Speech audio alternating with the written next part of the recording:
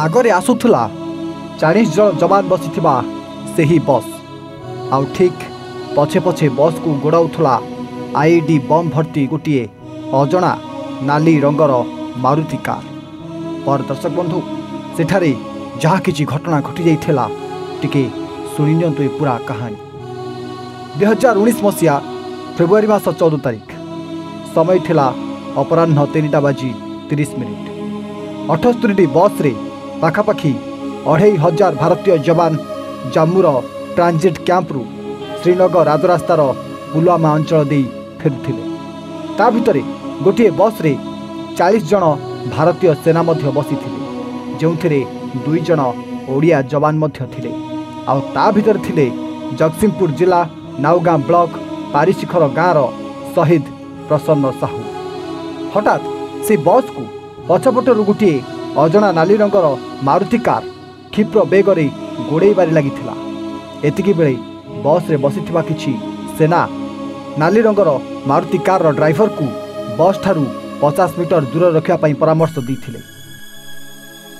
दर्शक बंधु ए नाली रंगर कार कौनसी अलगा कार नथिला, एथिला आतंकवादी पूर्वर प्लानिंग होइतिबा सही आईईडी भर्ती बम विस्फोरक कार। जो कारटी जो जिनिस सहित पिटी हेबो ताहा आखि पिछुड़ाके सेठी माटी रे मिसी जिवो।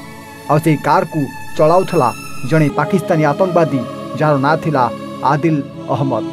किंतु ए नाली रंगर कार को भारतीय सेना को किछि जणा नथिला ना कि एमिति किछि आईईडी बम भर्ती थिबा कार विषय रे भारतीय जवान को किछि सूचना दिया जाइथिला।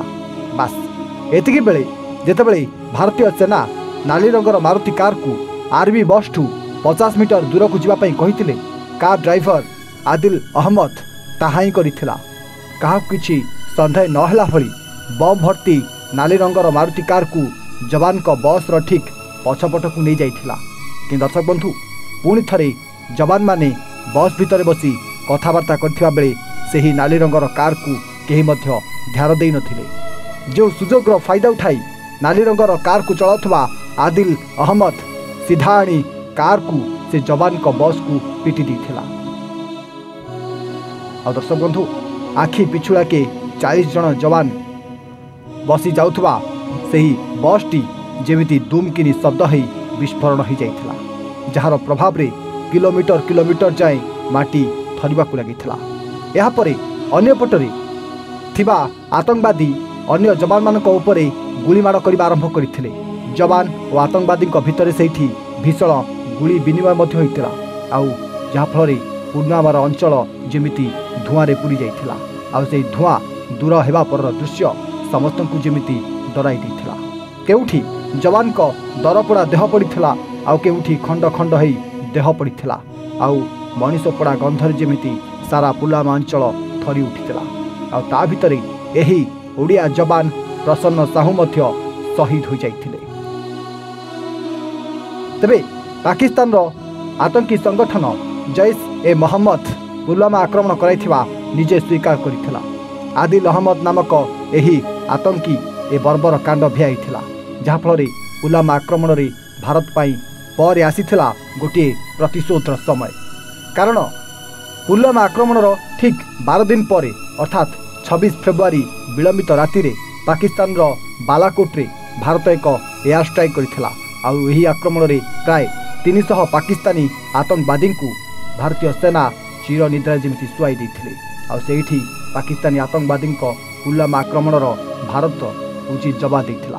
किंतु शहीद प्रसन्न साहू को एही बलिदान को आज भी भूली पारि नाही जन्मवादी। देश पई तांकर एही बलिदान को नहीं गर्व करुचंती आज भी पूरा परिवार।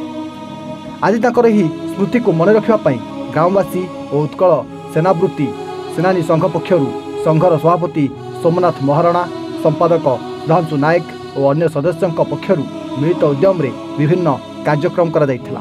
एही कार्यक्रम रे मुख्य अतिथि भावे सीआरपीएफ रो डीआईजीपी भरत भूषण सेठी यहाँ सहित सीआरपीएफ कमांडेंट अमेय कुमार साहू उपस्थित रही प्रसन्न बलिदान अविस्मरणीय होई रहिबा बोली प्रकाश करछन्ति।